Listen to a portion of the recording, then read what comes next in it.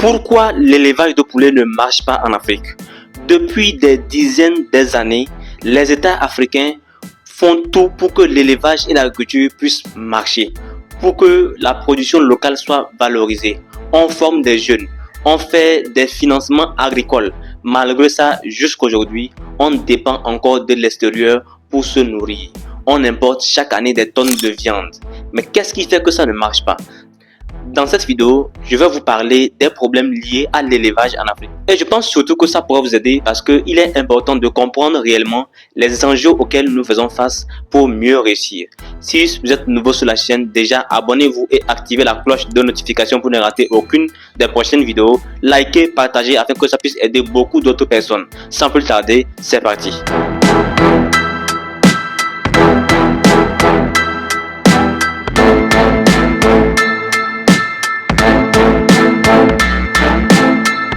Salut à toi, jeune entrepreneur ou passionné d'élevage. Si tu es nouveau sur la chaîne Africa Breeding, je suis Mib Amouzou, technicien agricole, et ici je partage régulièrement des conseils, des astuces qui pourront t'aider à débuter et à améliorer ton activité d'élevage en Afrique.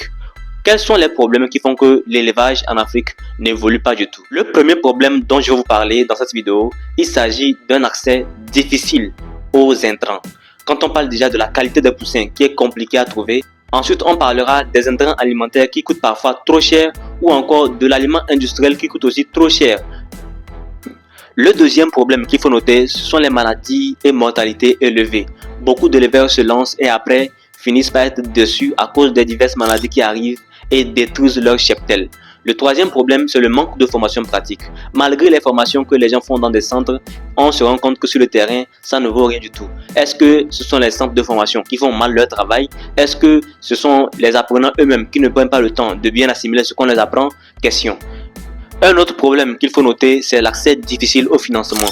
Beaucoup d'éleveurs et d'agriculteurs aujourd'hui en Afrique ont du mal à trouver du financement pour gérer leurs activités. Les banques n'ont pas confiance. Et d'une part, on se dit qu'elles n'ont pas tort. Parce qu'il y a eu déjà par le passé des cas de financement où des jeunes n'ont pas pu tenir leurs engagements.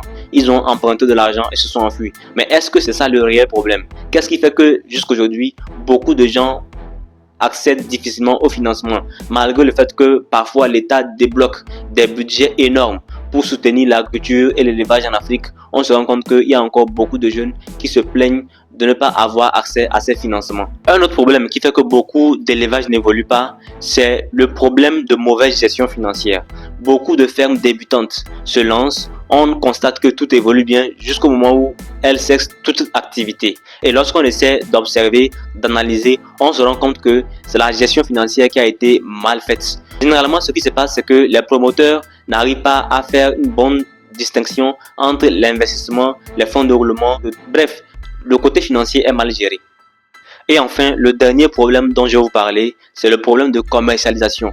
Beaucoup de jeunes se lancent, mais ont du mal vraiment à commercialiser leurs produits. Parce qu'il y a d'abord l'importation qui frappe le pays, mais en dehors de l'importation, même la consommation locale aussi n'est pas valorisée. Tout ça fait que beaucoup de jeunes n'arrivent pas à vendre. Et même quand ils finissent par vendre, c'est au mauvais prix. Ce qui fait que carrément, ils n'arrivent pas à s'en sortir.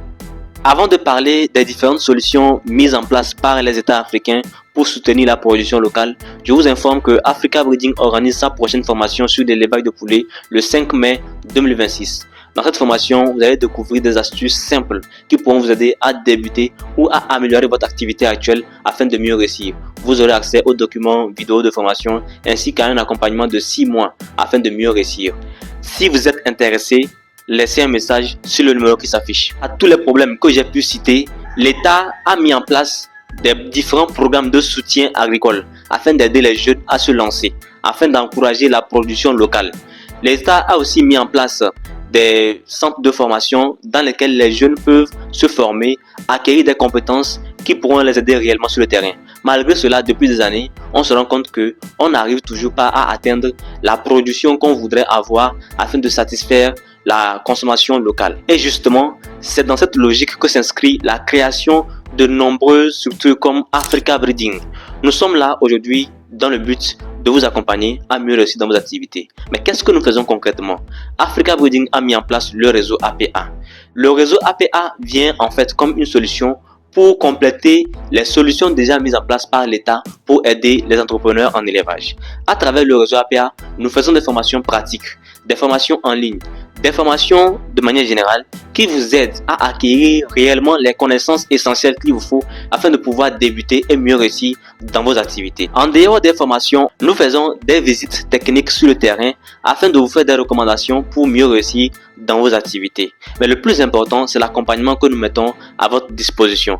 Un accompagnement dans lequel nous vous suivons étape par étape, du démarrage jusqu'à la rentabilité. L'idée étant de vous aider réellement à créer un business rentable grâce à l'élevage que vous aurez choisi de mettre en place en Afrique. Le réseau APA est là comme une solution, je vous l'ai dit, pour vous aider réellement à pouvoir réussir dans vos activités. Et plus tard, ce que nous envisageons, c'est de commencer par faire des financements en nature. Qu'est-ce que nous appelons financement en nature? C'est un financement à travers la fourniture de matériel et intrants d'élevage, afin de vous aider réellement à mieux réussir dans vos activités. Malheureusement, pour avoir accès à ces financements, vous devrez forcément faire partie du réseau APA, suivre nos formations, et ainsi nous pourrons vous faire confiance pour vous octroyer ces genres de financement. Je vous invite aujourd'hui à travers cette vidéo à faire un effort de rejoindre le réseau APA afin que vous puissiez réellement maximiser vos chances de réussir dans le domaine de l'élevage en Afrique. Si vous avez aimé la vidéo, likez, partagez afin que d'autres personnes puissent en profiter. N'oubliez pas de vous abonner et d'activer la cloche de notification pour ne rater aucune de nos prochaines vidéos. Et sans plus tarder, à la prochaine.